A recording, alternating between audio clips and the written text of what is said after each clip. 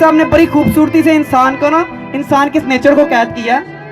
वो कहते हैं एक सोच अकल से फिसल गई, मुझे याद थी कि बदल गई, मेरी सोच थी कि ख्वाब था, मेरी जिंदगी का हिसाब था।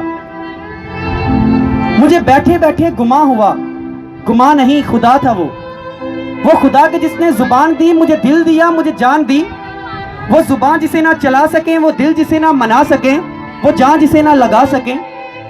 कभी मिल तो तुझको बताएं हम, तुझे इस तरह से सताएं हम, तेरा इश्क तुझसे छीन के तुझे मैं पिला के रुलाएं हम।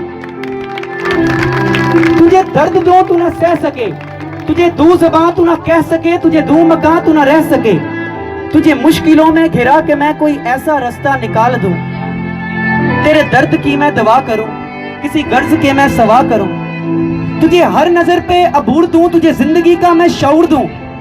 कभी मिल भी जाएंगे गम न कर, हम गिर भी जाएंगे गम न कर, तेरे एक होने में शक नहीं, मेरी नीयतों को साफ कर, मेरी नीयतों को साफ कर। हमेशा याद रखना, आपके अंदर से मोटिवेशन निकलनी चाहिए। आपको मेरे जैसे या किसी भी मोटिवेशनल स्पीकर की जरूरत नहीं है। मोटिवेशन आपके अंदर है।